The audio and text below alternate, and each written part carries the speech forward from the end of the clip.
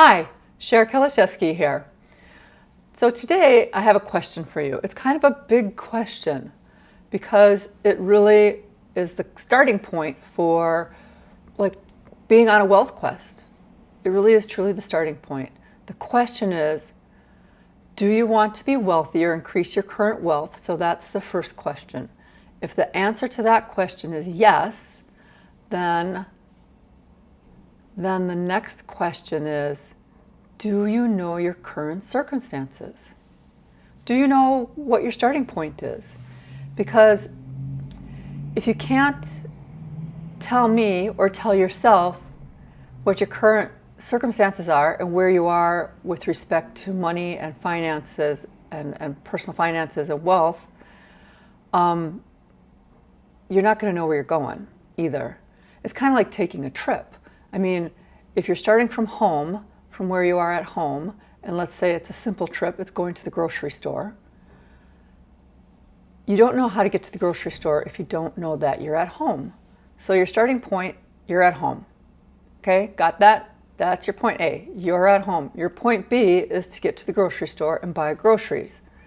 Okay, now, if I were not at home, I would not know necessarily, if I don't know my starting point, or you can't communicate your starting point to someone else, to tell them that you are at home, to give them a location, to give them a point A of where you are, then if you had to get directions to go to the grocery store, they wouldn't know where to tell you to go because they wouldn't know where you are. It's the same thing with your money, with your personal finances, and with wealth. If you don't know where you are with your personal finances, if you don't know where you are with respect to your money coming in and your money going out, you're not going to be able to get to a point of wealth. It's pretty much, it's kind of like that. Sorry to say, it really is just kind of like that. And so you might be really, really exceptionally good with your money. You might know what every penny is coming in, and you might know what every penny going out is also. Most of us, including myself, most of us are not like that. Most of us do not track our finances to that degree. So we kind of have to get there. And sometimes it takes a little bit of time. Sometimes it takes a lot of courage to really take a look at the money coming in and the money going out. Now, my experience, my personal experience, I have struggled with this. This is a piece of my wealth quest that I struggle with not as much as I used to, but every once in a while I still do, where I lose track of the money coming in and I lose track of the money going out. Actually, I lose track more of the money going out usually. I start overspending or underestimating what things are going to cost. And then I get caught in a little bit of a pinch where I'm like, oh crap, okay, I'm going to have to buckle down on my finances and really pay attention to them again. That's okay. I know this about myself. I know this really, really well about myself. And those cycles are really short at this point. They're really short and they're easy to correct. And I can quickly course correct to stay on my wealth quest. Now, the only way I can do that is to kind of come back to what's my starting point? Where am I with my finances? What do I have? What's coming in? And what's going out? To then make adjustments to my wealth quest, make adjustments to what's coming in and what's going out in order to stay on my wealth quest. So, if you don't know what your point A is, then you have to ask yourself, do you know where all of your money is coming from? All of it that's coming into you, and what those amounts are. Okay, maybe you are an employee and you get a paycheck every 2 weeks, and that's the only income that comes to you. Maybe you also have interest that you earn on investments or something of that nature. That's income that comes into you.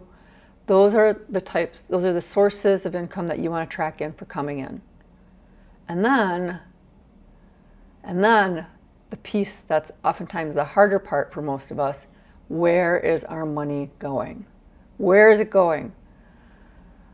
When I was growing up, my mom basically managed the finances for our household. And this was before electronic banking, of course. And she kept a checkbook, and she kept that checkbook tight, to the penny, tight. To the penny. If she was off by 1 penny in that checkbook, she would go through it again until she had the balance corrected and zeroed out properly.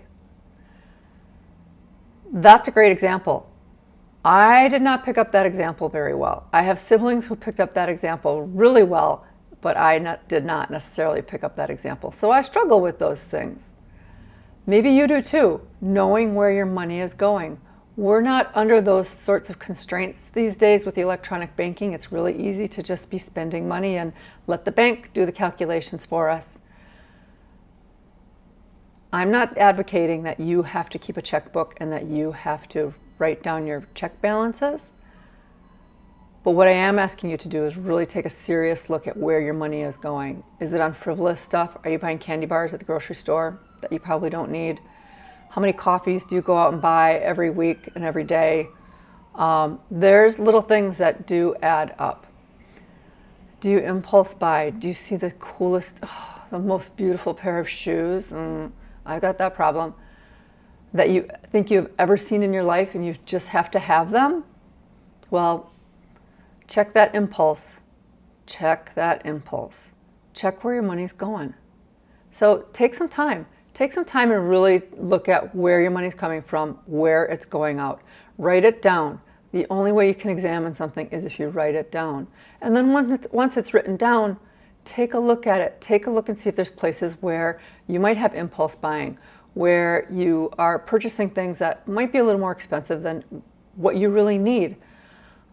Maybe you do some vanity shopping. Yeah, me too, vanity shopping. You might want to curb that too. But take a look. Don't, whatever you do, don't judge yourself.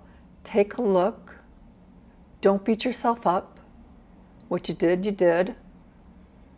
Don't beat yourself up, but make corrections going forward. Make smarter decisions. Once you know what you've got and where things are going, you can make smarter decisions going forward. So,